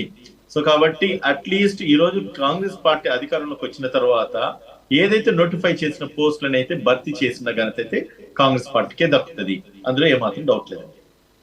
మిమ్మల్ని ఏం విమర్శించట్లేదు. ఇప్పుడు 10 డేస్లోనే మీరు నోటిఫికేషన్ ఇచ్చేసి అంత ప్రాసెస్ అంతా కంప్లీట్ చేసి ఉద్యోగాలు ఇచ్చేయాలని చెప్పేసి డిమాండ్ ఎవరు చేయట్లేదు. కానీ ప్రాసెస్ ఆ ప్రభుత్వ హయాంలో స్టార్ట్ అయిన నోటిఫికేషన్ ప్రాసెస్ అదంతా అయిన తర్వాత చివరిలో ఏ ప్రభుత్వంలోనైనా జరిగేది. ఈవెన్ ఏపీలో కూడా అనేకమైనటువంటి అభివృద్ధి కార్యక్రమాలు, లేకపోతే ఫ్లైఓవర్ బ్రిడ్జెస్ సంవత్సరాల తరబడి కన్స్ట్రక్షన్ జరిగిన తర్వాత ప్రభుత్వం మారిన వెంటనే టక్మని కొత్తగా వచ్చిన ప్రభుత్వం తమ ఖాతాలో వేసుకున్నటువంటి పరిస్థితులు ఇక్కడ కూడా చూస్తున్నాము, ఏపీలో కూడా చూస్తున్నాము. అలాంటి ఒక దాన్ని ఏమంటారు అత్యుత్సాహమే ఇప్పుడు వచ్చినటువంటి కాంగ్రెస్ ప్రభుత్వం కూడా చూపించింది. తమకు రావాల్సిందండి. బీఆర్ఎస్ ప్రభుత్వ హయాంలో మొత్తం ప్రాసెస్ అంతా జరిగిన దాన్ని చివరిలో అపాయింట్మెంట్ ఆర్డర్స్ ఇవ్వటం అనే ఒక దాన్ని పట్టుకొని అసలు మొత్తం ఉద్యోగాలు మేము ఇచ్చామని చెప్పేసి చెప్పుకుంటున్నారు. ఆ వారికి కూడా సరిగా జీతాలు ఇవ్వడం లేదని ప్రధాన విమర్శ. సరే ఇస్తే ఇచ్చారు, ఫోన్లే అపాయింట్మెంట్ ఆర్డర్ ఇచ్చినటువంటి ఆ నర్సింగ్ ఆఫీసర్స్కి 4 నెలలుగా లేవని చెప్పేసి హరీష్ రావు గారి ప్రధాన ఆరోపణ. బీఆర్ఎస్ మరి 9.5 సంవత్సరాలు పరిపాలించింది కదా, 9.5 రోజులు లేకపోతే 9.5 నెలలు కాదు కదా. మరి 9.5 సంవత్సరాలు పాలించిన బీఆర్ఎస్ ప్రభుత్వం మరి ఎందుకు నోటిఫై చేసిన పోస్టులు ఎందుకు భర్తీ చేయలేకపోయింది అన్నది వాళ్ళని క్వశ్చన్ చేసుకోమనండి, వాళ్ళని సమాధానం చెప్పమనండి. విన్నారా? కాంగ్రెస్ పార్టీ కనీసం నోటిఫై అయిన పోస్టులు అయితే భర్తీ చేసింది, దాన్ని అప్రిషియేట్ చేయడము వాళ్ళకు సహించలేకపోతున్నారు. వాళ్ళని నోటిఫై చేసిన పోస్టులను భర్తీ చేయడంలో వాళ్ళకి జరిగిన జాప్యాలు ఏంది, వాళ్ళని ఆపాల్సిన అసలు ఎవరు ఆపినండి? ఈ యొక్క ప్రశ్నకు సమాధానం చెప్పమనండి బీఆర్ఎస్ నాయకులండి. మీరు ఇచ్చిన నోటిఫికేషన్స్ ఎందుకు ఫిల్ చేయలేదని దానికి సమాధానం చెప్పమనండి. మీరు ఇచ్చిన పేపర్లు లీకేజ్ అయిన తర్వాత విద్యార్థులు చనిపోయినారు కదా, విద్యార్థులు చనిపోయిన వారికి మీరు ఏ రకంగా వాళ్ళకి న్యాయం చేసినారనే దానికి సమాధానం చెప్పమనండి. మీ యొక్క వైఫల్యాలు తెలంగాణ బీఆర్ఎస్ పార్టీ పరిపాలించినప్పుడు అప్పటి టీఆర్ఎస్ పార్టీ ఇన్ని వైఫల్యాలకి మీరు ఏం సమాధానం ఆనాటి ప్రజలకు చెప్పినారు, ఆనాటి విద్యార్థులకు మీరు చెప్పినారు. వీటన్నిటికి కూడా మీరు ఈరోజు సమాధానం చెప్పి ఈ రోజు మమ్మల్ని ప్రశ్నించండి. అంతేగాని మీ వైఫల్యాలను దాచేసుకొని నేనొకటండి, మీరు ఒక్క విషయాన్ని మీరు యాక్సెప్ట్ చేయాలి. ఇప్పుడు కాంగ్రెస్ పార్టీ కొత్తగా అధికారంలోకి వచ్చింది, ఖచ్చితంగా 1 by 1 సదురుకుపోతుంటుంది. అండ్ కేసీఆర్ లెక్క మాటలు తప్పే ప్రభుత్వం అయితే కాంగ్రెస్ పార్టీ అటువంటి వరవడి అయితే కొనసాగించదు. ఒక నూతన వరవడితో ఖచ్చితంగా కాంగ్రెస్ పార్టీ రేవంత్ రెడ్డి గారి నాయకత్వంలో ముందుకొస్తుంది. రెడ్డి గారు అదే చూస్తున్నాను. మీరు చెప్పేటివి నిజంగా 30,000 ఉద్యోగాలు మీరు ఇచ్చినామని చెప్తే అట్లీస్ట్ నియామక పత్రాలు అందుకున్న అభ్యర్థులకు తెలియదండి ఆ పరీక్ష అసలు నోటిఫికేషన్ లేసింది ఎవరు, పరీక్షలు కండక్ట్ చేసింది ఎవరు అనేది అట్లీస్ట్ నియామక పత్రాలు అందుకున్న ఉద్యోగులకైనా తెలుసుంటది కదా. మీరేదో గోవెల్స్ ప్రచారంతో మీరు వచ్చిన వారం రోజుల్లోనే మీరు నియామక పత్రాలు ఇస్తే ప్రజలు నవ్విపోరా అండి? 30,000 ఉద్యోగాలు మీ ఖాతాలో వేసుకోవడం పట్ల ప్రజలు గమనించారనుకున్నారా? అది వదిలేద్దాం, సరే అది వదిలేద్దాం. మరి సరే 5 నెలలు అయింది, 6 నెలలు అయింది, మరి ఎన్ని ఓవర్సీస్ స్కాలర్షిప్ ఇచ్చిందండి విద్యార్థులకు? ఒక్కసారి 5 నెలలుగా ఒక్కరికన్నా ఓవర్సీస్ స్కాలర్షిప్ ఇచ్చిన ఘనత అంటే అట్లీస్ట్ మీ ఖాతాలో ఒకటన్నా ఇచ్చిండ్రా? కొన్ని ఎడ్యుకేషన్ కి మీరు ఏ మాత్రం వాల్యూ ఇస్తున్నారు అనేది మనం తెలుసుకోవచ్చు. ఇలా 1100 గురుకుల పాఠశాలల్లో సన్న బియ్యం పెట్టి విద్యార్థులకు బ్రహ్మాండంగా చదువు చెప్పించిన కేసీఆర్ గారు ఇవాళ మీరు వచ్చిన 5 నెలల్లోనే వాళ్ళకు బ్రేక్ఫాస్ట్ కట్ చేయడం, సన్న బియ్యము లంచ్ కట్ చేయడము, ఇవన్నీ సరే మీరు విద్యకి ఏమాత్రం ఇంపార్టెన్స్ ఇస్తున్నారు అనేది ప్రజలు గమనించారు. సరే 12 లక్షలు ఇస్తామని కాంగ్రెస్ నాయకులు దళిత బంధు పేరిట 12 లక్షలు ఇస్తామని మభ్యపెట్టిరు. మరి దీని మీద దళిత సోదరులు కూడా ఆలోచించాలి. దళిత మేధావులు ఖచ్చితంగా కాంగ్రెస్ పార్టీ నిలదీయాలి. ఇలా 130,000 మంది దళిత సోదరులు కాంగ్రెస్ పార్టీని నిలదీసి మరి 12 లక్షలు సాధించుకోవాలి దళిత బంధు మీద. మరి ఇవన్నీ అలవి కాని హామీలు ఎట్లిచ్చిర్రు? మరి దళితులను కూడా మోసం చేస్తూ ఇవాళ కేవలం రైతులనే కాదు, విద్యార్థులనే కాదు, ఇవాళ దళిత సోదరులను కూడా మోసం చేసిన ఘనత మీకుందండి. బీఆర్ఎస్ పార్టీ చేనేత కార్మికులకు గాని, గౌడ సోదరులకు గాని, యాదవ బిడ్డలకు గాని అనేక సబ్బండ వర్గాలకు న్యాయం చేసేలా పథకాలు కార్యక్రమాలు రూపొందిస్తే మీరు రాగానే అన్నిటికీ మంగళం పాడేసిర్రు. మీరు ఏ ఒక్క పథకం మీరు పోనీ మీరు ఎక్కువ చేసి ఇవ్వడం కాదు, ఉన్న వాటిని కూడా కట్ చేసిండ్రు కదా. మరి దీనికి ప్రజలకు ఏం సమాధానం చెప్తారు? కేసీఆర్ గారు పక్కకు పోగానే కరెంటు కట్ చేస్తారా? కేసీఆర్ గారు పక్కకు పోగానే వాళ్ళ పంటలు ఎండిపోతాయా? నీళ్ల కరువు వచ్చేస్తుందా? కాంగ్రెస్ చేతగానితనం కాదంటారా ఇవన్నీ? మరి ఇవన్నీ ప్రజలు నిలదీసే కాలం ఎంతో దూరంలో లేదండి. దీనికి కంప్లీట్ గా కూడా కాంగ్రెస్ పార్టీ బాధ్యత వహించాల్సిన టైం వచ్చింది. ప్రజా పాలన కాదండి, ఇది ప్రతీకార పాలన. ఎంతసేపు కఠినై కూలగొట్టడము, పేర్లు మార్చడము, ఇవి వీళ్ళు చేస్తున్న పనులు. ఇవి ఈ 5-6 నెలల నుంచి వీళ్ళు చేస్తున్న ఘనత ఏంటంటే ఇవే ప్రజా వ్యతిరేక పాలన. ప్రజా పాలన పేరుతో గద్దెకెక్కి ఇవాళ ప్రతీకారం తీర్చుకుంటున్నారు గత ప్రభుత్వాల మీద. ఇది గ్యారంటీల ప్రభుత్వం కాదు, గారడీల ప్రభుత్వం. కేవలం మాటలకే పరిమితమై గారడీల పేరుతోనే ఈ 6 నెలలు కాలయాపన చేసిండ్రు. ఇంకా ఎంతో దూరం లేదండి, ప్రజలు తిరగబడే టైం వచ్చేసింది. మరి కేసీఆర్ పాలనలో సబ్బండ వర్గాలు కూడా బ్రహ్మాండంగా సుఖశాంతులతో వర్తింది అన్ని రంగాలు. ఇవాళ మీరు రాగానే ఇవన్నీ కష్టాలు చూస్తుంటే ఈ కాంగ్రెస్ కష్టాలు, కన్నీళ్ళ కాంగ్రెస్ కష్టాలు గతంలో మర్చిపోయినాయి అన్ని కూడా మళ్ళా ముందుకు తీసుకొచ్చిర్రు. స్కామ్లు స్టార్ట్ అయినాయి, మంత్రులు బిజీగా ఉన్నారు, 10 ఏళ్ల అధికార దాహం తీర్చుకుంటున్నారు. ఇప్పుడే ఒక మంత్రి ఏమో ఏంటది మన ఇసుక దందాల మీద పడ్డారు, ఇంకో మంత్రి ఏమో ఇది ఏంటి మన వడ్ల స్కామ్ అంట. ఇక రకరకాల స్కామ్లు ఇంకా ముందు ఎన్ని చూస్తామో. భారీ అవినీతికి తెర తీసిండ్రండి ఇవాళ అన్ని ప్రభుత్వ సంస్థలు. ఇవాళ అనేక అవినీతి తిమింగలాలు మనం పేపర్లో చూస్తూనే ఉన్నాం. ఇక కాంగ్రెస్ వచ్చింది, మళ్ళా ఇవన్నీ కూడా స్టార్ట్ అయిపోయినాయి. ప్రజలకు ఎప్పుడో నా చిన్నప్పుడు చూస్తుంటేనండి చెప్పులు లైన్ లో చెప్పులు పెట్టడం, ఎరువుల కోసం చెప్పులు పెట్టడము, మన పాస్బుక్ లో అవో ఇవో పెట్టి అట్లా లైన్ లో నిలబడడం. ఇక మళ్ళీ అవన్నీ కూడా రిపీట్ అవుతున్నాయి. ఇప్పుడు కాంగ్రెస్ అసలు కరెంటే పోతలేదు హైదరాబాద్ లో అని మాట్లాడుతున్నారు సారు. ఇవాళ మొన్న వర్షం పడ్డప్పుడైతే ఆల్మోస్ట్ 8-9 అవర్స్ అనేక ప్రాంతాల్లో హైదరాబాద్ లో చాలా చోట్ల కరెంటు పోయింది. అసలు ఇది ఏదో మీ దగ్గర పోకపోవచ్చు. సరే రెడ్డి గారు, వర్షం పడేటప్పుడు కరెంట్ పోవడం అనేది సర్వసాధారణం. లైన్స్ అన్ని చాలా డిస్టర్బ్ అవుతాయి. That depends on the severity of the rain. చాలా తక్కువ టైం. అదే చెప్తున్నా, ఇప్పుడు హైదరాబాద్ ఎంత వరల్డ్ క్లాస్ సిటీ అయినా, హైదరాబాద్ ఎంత వరల్డ్ క్లాస్ సిటీ అయినా కానీ వర్షం పడితే నాట్ ఓన్లీ హైదరాబాద్ ఒక్క నిమిషం అది కరెక్ట్ కాదు. మీరు మిగిలిన టైంలో ఎప్పుడన్నా కరెంట్ పోతుందా? అది కూడా ఎంత ఫ్రీక్వెంట్ గా పోతుంది? పీరియాడికల్ గా పోతుందా? ఒక సిస్టమేటిక్ గా రోజుకి ఇన్ని గంటలు తీస్తున్నారా?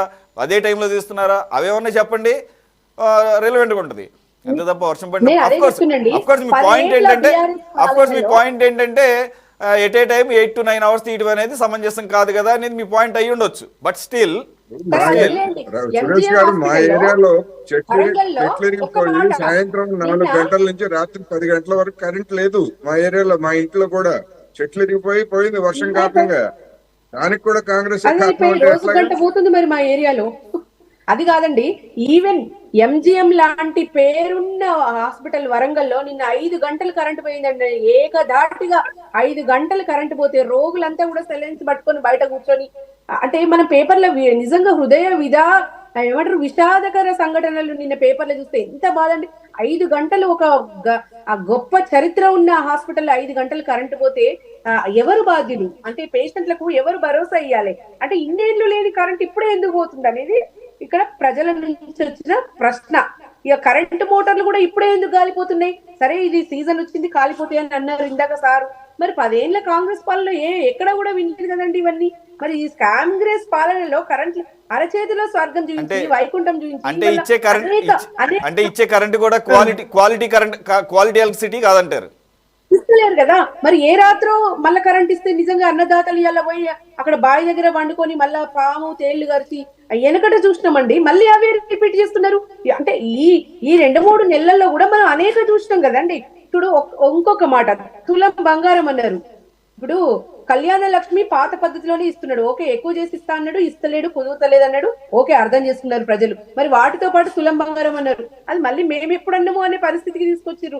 నిరుద్యోగ భృతి అన్నాడు, మేము ఎప్పుడు అన్నాము అని అంటున్నారు. మళ్ళా బోనస్ వేసేసి ఆల్రెడీ. ఇక వీళ్ళు అన్ని మాటలు మాట్లాడుతున్నారు కానీ ఏ నలుగురికో ఇస్తారు ఆ బోనస్ కూడా.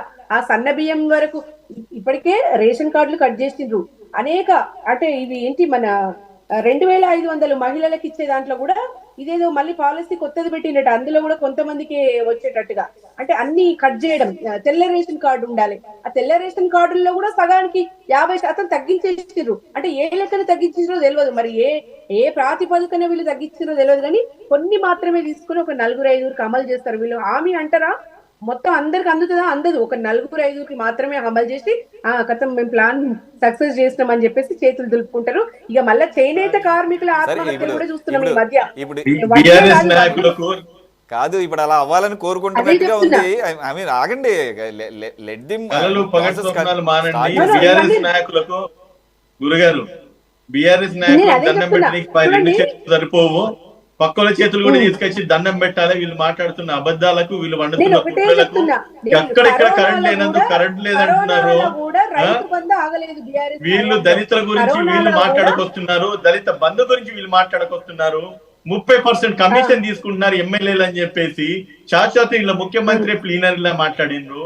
నోరు అంటే boneless tongue will twist any side అన్నారు. అంటే నాలుగు ఎముకలు ఉన్నాయి కాబట్టి ఎట్లనే జరుగుతుంది. మీరు ఏం మాట్లాడినా కూడా తెలుస్తుంది అనుకుంటే ప్రజలు చూస్తా ఉన్నారు. ప్రజలు ఇచ్చిన తీర్పుని మీరు స్వాగతించండి, కొద్ది రోజులు సమన్వయం పాటించండి, మీ ఓటమిని అంగీకరించండి. తిప్పి కొడితే 3 నెలలు కూడా పూర్తి కాలేదు. 3-4 నెలలలో మీరు చేసే ఆరోపణల కనీసం 1-2 నిజం ఉంటే మీరు నిజంగా గుండె మీద చేసుకొని చెప్పండి, మేము ఆరోపణలు చేస్తున్నాయని నిజం అని చెప్పి. మీరు దళితుల గురించి మీరు మాట్లాడుతున్నారా? దళిత బంధు గురించి మీరు మాట్లాడుతున్నారా? ఒక్క నిమిషం, మనం already we are in the last minutes of the debate. Udayakanth గారు, మీరు ఇచ్చినటువంటి ఈ మహిళలకి ఫ్రీ బస్సు సౌకర్యం మూలంగా ఈరోజు మెట్రో నుంచి నిర్వహణ నుంచి ఎల్ఎన్టీ తప్పుకుంటాం అనే పరిస్థితికి వచ్చింది. మీరు మెట్రో కంటిన్యూ చేస్తారా? స్ట్రైట్ క్వశ్చన్, మెట్రో మీరు కంటిన్యూ చేస్తారా లేదా? మెట్రో బస్సు ఉన్నది కేవలం హైదరాబాద్ లో, కానీ తెలంగాణ ప్రభుత్వం, ఈరోజు కాంగ్రెస్ పార్టీ ప్రభుత్వం రాష్ట్ర వ్యాప్తంగా ఉన్న ప్రతి మహిళకు ఉచితంగా ట్రాన్స్పోర్ట్ చేస్తా ఉన్నది. నరేంద్ర మోడీ వచ్చి ఏదో కారు కుతలు కూసిందని చెప్పి మీరు దాన్ని అటాచ్ చేయకండి. మెట్రో ప్రయాణం చేసేది కేవలం హైదరాబాద్ సిటీలో మాత్రమే. నేను మోదీ అన్నది అడగటం లేదు సార్. నేను మోదీ ఏదో అన్నాడని నేను అడగటం లేదు. మోదీ కన్నా ముందు ఎల్ఎన్టీ అనౌన్స్ చేసింది. ఆక్యుపెన్సీ తగ్గిపోయింది హైదరాబాద్లో. ముఖ్యంగా మెట్రో నడిచేది ఎంప్లాయీస్. అలాగే మీకు ఏమర్థమవుతుంది? ప్రజల వద్దకి కాంగ్రెస్ పార్టీ పాలన పోయింది. ప్రజలు ఎటువంటి ఖర్చు లేకుండా పైసా ఖర్చు లేకుండా ప్రయాణం చేస్తా ఉంటే ఈ రోజు బీజేపీ నాయకులకు, బీఆర్ఎస్ నాయకులకు కళ్ళు మండుతున్నాయన్నది మీకు అర్థమైతలేదా గురుగారు? ఇవ్వటంలో తప్పులేదు.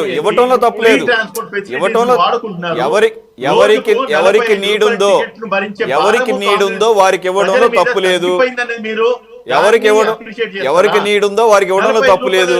కానీ కానీ కానీ మీరు ముసలి కళ్ళు గారుస్తారా? నేను ఎవరి తరపున అడగటం లేదు సార్. నేనేమన్నానంటే అక్కడ ప్రత్యక్షంగా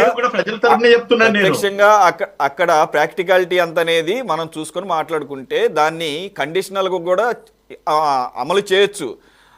మీరు అన్నట్టుగా హైదరాబాద్లో ఎక్కువ మంది ఎంప్లాయీస్ ఉంటారు కాబట్టి, ఆడపిల్లలు కూడా ఎక్కువ మంది జాబులు చేస్తారు కాబట్టి వాళ్ళు కూడా చాలా డీసెంట్గా ఎంతో కొంత సంపాదించుకుంటున్నారు కాబట్టి ఎందుకు వాళ్ళే చెప్తున్నారు చాలా వరకు మేము ఆ మాత్రం లేకపోతే బస్సు ఛార్జీలు పెట్టుకోగలమని చెప్పేసి. కాబట్టి తర్వాత మీకు తలకు మించిన భారం అవుతుందేమో ఏపీ టీఎస్ఆర్టీసీ ఈ రోజే టీజీఆర్టీసీ చేశారు. ఈ రోజే కాదు ఉదయకాంత్ గారు, కాకతాళీయంగా ఈ రోజే అదే మనం ఈ రోజు డిబేట్ చేస్తున్న సమయంలోనే ఈ రోజే టీఎస్ఆర్టీసీ నుంచి టీజీఆర్టీసీగా అఫీషియల్ గా మార్చారు. సరే ఇది నేను జస్ట్ ఒక లైటర్ వీల్ లో అంటున్నాను. ఆల్రెడీ టీఆర్ఎస్ నుంచి బీఆర్ఎస్ మార్చుకున్నారు. ఈ పేరు మార్పిడి వ్యవహారం ఏమన్నా రివర్స్ అవుతుందేమో ఒక సెంటిమెంటల్ గా చూడండి. టీఆర్ఎస్ నుంచి బీఆర్ఎస్ చేస్తే ఏమైందో మరి పేర్లు మార్చడం ద్వారా మీరేం సాధించాలనుకుంటున్నారో అది కూడా మీరు ఒకసారి చూసుకోవాల్సిన అవసరం ఉంది. కోటేశ్వర గారు, మీకు ఒక విషయం గుర్తు చేస్తాను. అక్రాస్ ద ఇండియాలో 29 రాష్ట్రాలల్లో ఎక్కడ గానీ స్టేట్ అని చెప్పేసి ఏ ఒక్క రాష్ట్రానికి ఉన్నది మీరు చెప్పండి. టిఎస్ ని కేవలం టిఆర్ఎస్ లో మధ్యలో ఆర్ని తీసి టిఎస్ చేసిన కేసీఆర్ కి ఈ రోజు రేవంత్ రెడ్డి బుద్ధి చెప్పినాడు. టిఆర్ఎస్ కాదు, ఇది తెలంగాణ రాష్ట్రం, సోనియా గాంధీ ఇచ్చిన రాష్ట్రం, తెలంగాణ రాష్ట్రం గురించి అని చెప్పింది. నీ టిఆర్ఎస్ ను నువ్వు ఆర్ తీసేసి టిఎస్ చేసుకుంటారంటే తప్పు పట్టడం లేదు. నేను తప్పు పట్టడం లేదు సార్. నేను అందుకనే అన్నాను. నేను లైటర్ వీల్ లోనే మాట్లాడుతున్నది. టీఆర్ఎస్ నుంచి వాళ్ళు బీఆర్ఎస్ గా మారిన తర్వాత వాళ్ళ ఫేట్ ఏ విధంగా అయ్యిందో, మరి ఆ పేర్లు మార్చే కార్యక్రమం ఏమన్నా మీకు ఆ రకమైన ఒక సెంటిమెంట్ ఏమన్నా తెలంగాణ వైపు నుంచి ఏమన్నా వస్తుందేమో అది కూడా ఒకసారి ఆలోచించుకుని నేను లైటర్ వీల్ రోజులైంది జీవో వచ్చి. ఖచ్చితంగా టీఆర్ఎస్ తెలంగాణ స్టేట్ అనేది ఎక్కడ లేదు. తెలంగాణ అది తెలంగాణ పబ్లిక్ ఇమోషన్. డిస్ప్యూట్ అని చెప్పి I don't have any intention to dispute on that. My only intention is మీరు ఏ పేరైనా మార్చండి, కానీ ఆర్టీసీ ఆ టీజీఆర్టీసీయో టీఎస్ఆర్టీసీనో అది నష్టాలు పాలవ్వకుండా అది మీకు గుదిబండలా కాకుండా చూసుకోవాల్సిన అవసరం అయితే కనబడబోతుంది. ఎందుకంటే it's not such an easy thing. Occupancy లేకుండా మిగిలిన అలాగే ఆటో వాళ్ళు కూడా చాలా చోట్ల కొంత అసంతృప్తి లోనవుతున్న పరిస్థితులు కనబడుతున్నాయి. అలాగే ఎవరికి అవసరం లేదు అనేది కూడా కేటగరైజ్ చేసుకోవచ్చు, తప్పేం లేదు. పిల్లలకి ఇవ్వచ్చు, స్టూడెంట్స్కి ఇవ్వచ్చు, ముసలి వారికి ఇవ్వచ్చు, వృద్ధులకి ఇవ్వచ్చు, పెన్షనర్లకి ఇవ్వచ్చు, కాదంటలేదు. కానీ working women around 50,000 to 60,000 per month సంపాదించే వాళ్ళకి కూడా ఫ్రీ బస్ ఇస్తామనంటే it's up to you. As long as RTC అది మీకు గుదివండ కాకుండా ఉన్నంత వరకు ఎవ్వరు దాన్ని అబ్జెక్షన్ పెట్టరు. తర్వాత దాన్ని మీరు కంటిన్యూ చేయాలని మేము కోరుకుంటున్నాం. కోటేశ్వర గారు, ఎవరికైతే అవసరం ఉన్న వాళ్ళంతా కూడా ఉచితంగా ప్రయాణం చేయొచ్చు. ఈ రోజులలో మీకు ఒక చిన్న ఎగ్జాంపుల్, అవసరం లేని వాళ్ళు కూడా ప్రయాణం చేస్తున్న పరిస్థితి కనపడుతోంది. 5 రూపాయల భోజనాలు కూడా ఈ రోజు రోడ్డు మీద పెడుతున్నారు, ప్రభుత్వం పెడుతుంది. ప్రతి ఒక్కరు మీరు నేను పోయి తినట్లేదు ఎందుకు? మనకి ఎబిలిటీ ఉంది, కెపబిలిటీ ఉంది, అఫోర్డబిలిటీ ఉన్నది అన్నప్పుడు ఖచ్చితంగా ఆ ఒక సదుపాయాలను వినియోగించుకుంటారు. ఎవరికైతే అవసరం లేకుండా కూడా దుర్వినియోగం చేసుకోవడం అనేది వ్యక్తుల యొక్క వ్యక్తిత్వాన్ని బట్టి ఉంటది. పాయింట్ ఉన్నా కానీ కంపారిజన్ లో ఆఫ్ ట్రూత్ మాత్రమే. ఎలాగంటే సార్, ఈ నరేంద్ర మోదీ ప్రభుత్వ చలవ వల్ల, ఈ ఎన్డీఏ గవర్నమెంట్ చలవ వల్ల బయట దేశాలు ప్రపంచవ్యాప్తంగా ఏ రకంగా ఉన్నా కానీ ఆయిల్ ప్రైసెస్ ఇక్కడ రిఫ్లెక్ట్ కాకపోవడం మూలంగా, ఆ భారవంత ప్రజల మీద పట్టడం మూలంగా శృతి మించినటువంటి పెట్రోల్ డీజిల్ ఛార్జెస్ ప్రతి ఒక్కరికి భారమే. కాబట్టి ఆ భారాన్ని తగ్గించుకోవడానికి ఎవరైనా కానీ ఉన్న ఫ్రీ సర్వీస్ను వాడుకుందామని ప్రయత్నం చేస్తారు, దాంట్లో డౌట్ ఏం లేదు. రైట్ కోటేశ్వర గారు? ఇప్పుడు ప్రతి స్టేట్ లో రాష్ట్రం అనేటువంటి ఆంధ్రప్రదేశ్ ఉంది, ఆంధ్రప్రదేశ్ లో రాష్ట్రం అనేటువంటిది లేదు, చివరి నిజమే అది.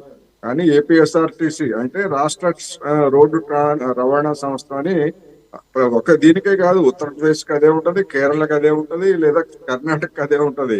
అందువల్ల అలాంటి చేదస్థాలకు పోతే అది వేరే అంశం. దానివల్ల ఏమి జనానికి వచ్చే నష్టం లేదు, లేకపోతే ప్రభుత్వానికి వచ్చే లబ్ధి కూడా ఏం లేదు. ఇక మెట్రో సమస్యకు వచ్చేసరికి మెట్రోకి నష్టాలు వస్తున్నాయి అనేటువంటిది, మెట్రోకి నష్టాలు లేదా లాభం సమస్య అనేటువంటిది వాళ్ళకి ఆక్యుపెన్సీ అనేటువంటిది పెరగాలి, పెరిగిన తర్వాతనే వైబిలిటీ వస్తుంది అనేది వాళ్ళకి బాగా తెలుసు. అందుకనే వైబిలిటీ గ్యాప్ టైప్ తోటి ఇప్పటికే కేంద్ర రాష్ట్ర ప్రభుత్వాల నుంచి ఎల్ఎన్టీ సంస్థ బాగానే గుంజేసింది. రెండోది, కమర్షియల్ స్పేస్ ద్వారానే మాకు లాభాలు వస్తాయని చెప్పేసి కమర్షియల్ స్పేస్ దాన్ని కూడా తీసుకుంది. కానీ ఎక్కడ ఫెయిల్ అయిందంటే, వివిధ స్టేషన్లో కమర్షియల్ స్పేస్ అంతా ఖాళీగా ఉంది. ఎవడు అక్కడ దుకాణాలు పెట్టడానికి లేదా బిజినెస్ చేయడానికి ఎవడు రావట్లేదు. ఎందుకు అంటే ఇప్పుడున్నటువంటి ఆక్యుపెన్సీ రేషియో తోటి లేదా ఆ స్టేషన్ లో దిగేటువంటి జనసంఖ్య తోటి అక్కడ వ్యాపారాలు నడవు. అందుకని ఎవడు ముందుకు రావట్లేదు. అసలు నష్టం కారణం లేదా వాళ్ళు ఆశించిన మేరకు లాభాలు రాకపోవడానికి కారణం అది. అంతేగాని మహిళలు ఎక్కకపోవటం అనేటువంటిది కాదు. మహిళలు ఒకవేళ మాకు నష్టం వస్తుంది అనుకోండి, వదిలేసి వెళ్ళమని రాష్ట్ర ప్రభుత్వం తీసుకుంటది. ఏం నష్టం ఏముంది, రాష్ట్ర ప్రభుత్వం ప్రజల తరఫున బాధ్యత వహిస్తుంది. ఆర్టీసీని నిర్వహిస్తా ఉంది కదా రాష్ట్ర ప్రభుత్వం, అట్లాగే రైల్వేలని కేంద్ర ప్రభుత్వం నిర్వహిస్తా ఉంది కదా. అందువల్ల ఇవన్నీ కూడా ఏంటంటే బెదిరించి లేకపోతే ఇంకొకటి ఒత్తిడి చేయడం ద్వారా రాయితీలు పొందడానికి లేదా నిధులు పొందడానికి వేసినటువంటి ఎత్తుగడ తప్ప ఎల్ఎన్టీది మరొకటి కాదు అనేది నా అభిప్రాయం. Okay, right. Thank you very much Koteswara గారు. Thank you so much for joining Udayakanth గారు, అలాగే రజితారెడ్డి గారు. ఇది వాళ్ళ స్పెషల్ డిబేట్. మరో అంశంతో మళ్ళీ కలుద్దాం. Stay tune to city 24/7.